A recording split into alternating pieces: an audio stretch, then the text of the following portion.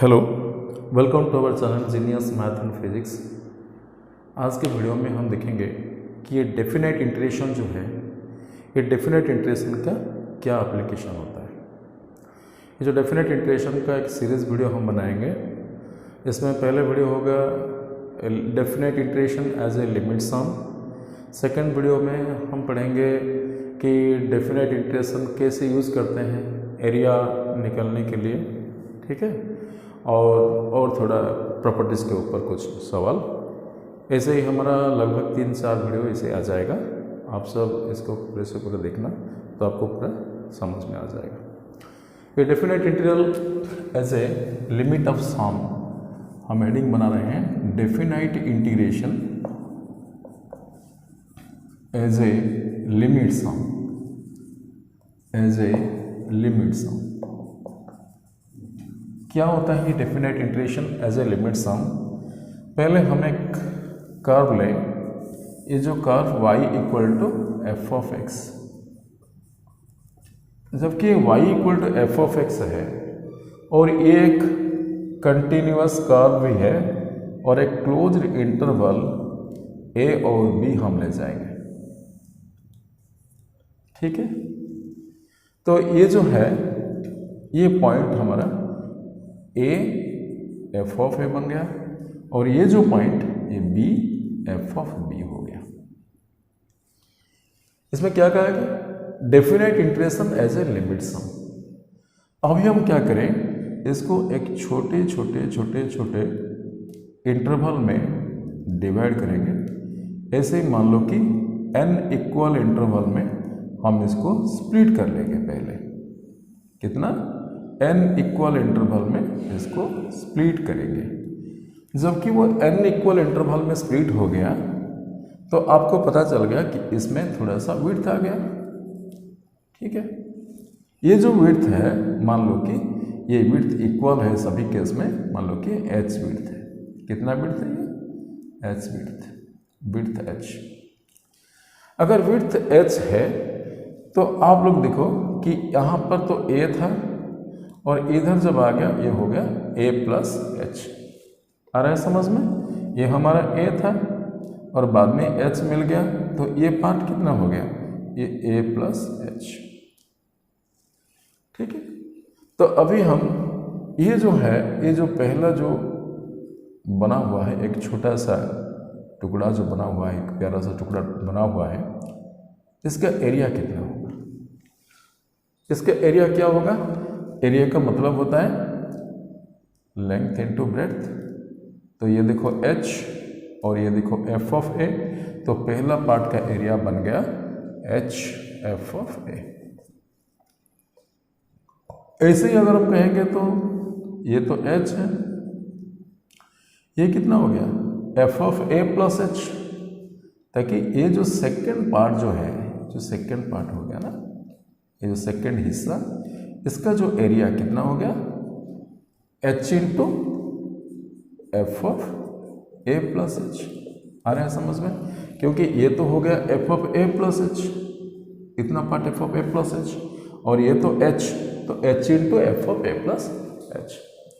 ऐसा भी हम और देखेंगे तो ये h into f of a plus 2h हो गया और h into f of a plus 3h।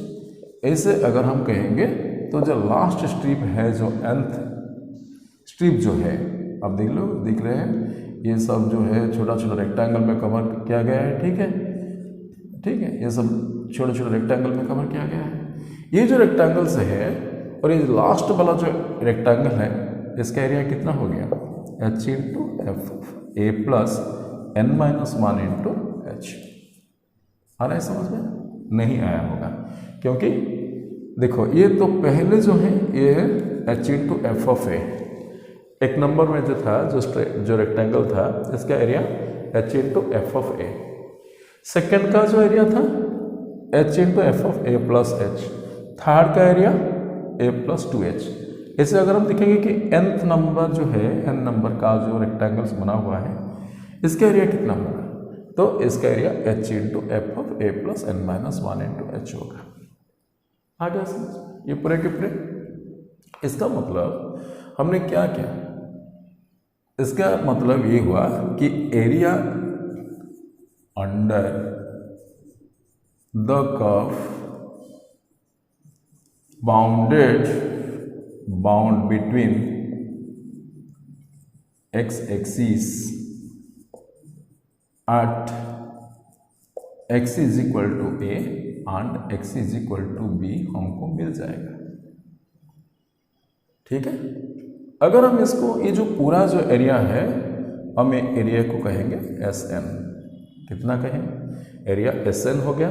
S N का मतलब क्या हो गया, अब H into f of a plus H into f of a plus H into f of a plus 2h, इस पूरे के पूरे जो है एक्सप्रेशन है इसमें h कॉमन ले आएंगे तो अभी हमारा क्या हो गया, ये f of a plus h ऐसे ही बनते जाएगा, लास्ट में f of a plus n minus 1 into h तो बनेगा ही। ठीक है, क्या लिखा मैंने, a plus n minus 1 into h. इसका मतलब है कि हम लोगों का जो लास्ट वाला जो है एरिया हमको मिल गया।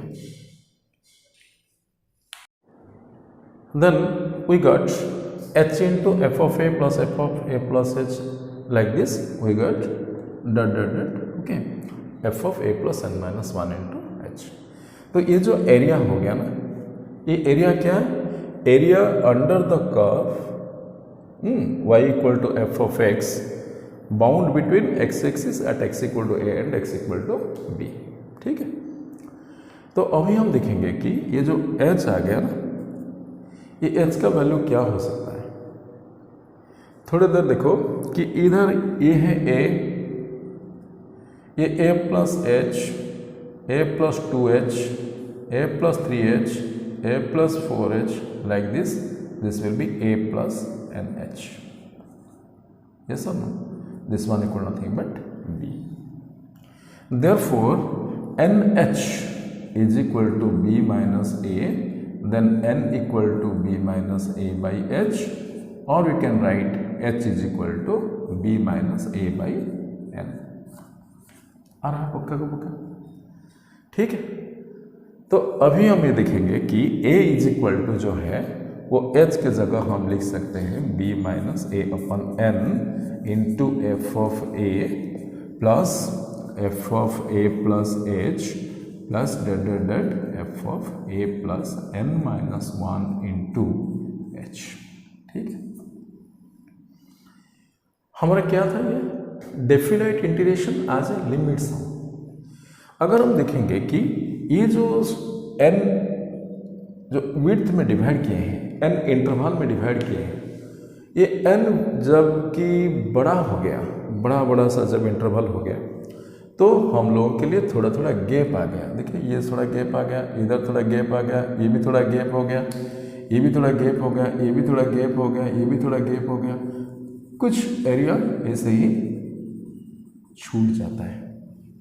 अगर हम ये जो विड्थ इसको पूरे के पूरे पतला सा स्ट्रेप में कन्वर्ट कर लेंगे तो हम लोगों का ये एक्यूरेट एरिया आ जाएगा।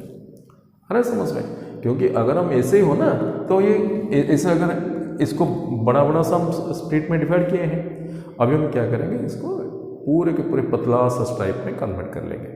पतले के स्ट्राइप में कन्वर्ट करने का मतलब है अगर हम n कहेंगे इन्फिनिटी के ले जाएंगे, पता नहीं कितना देर तक हम करेंगे, मगर इसको क्या करेंगे, अगर इन्फिनिटी के टाइम्स अगर हम इसको पतला सा स्ट्राइप में कन्वर्ट करेंगे तो ये जो एरिया जो था ना, ये छोटा मोटा एरिया रेक्टेंगल को एक्सक्लूड करके जितना भी था वो सब इंक्लूड हो जाएगा और आपका 100% एरिया बन जाएगा।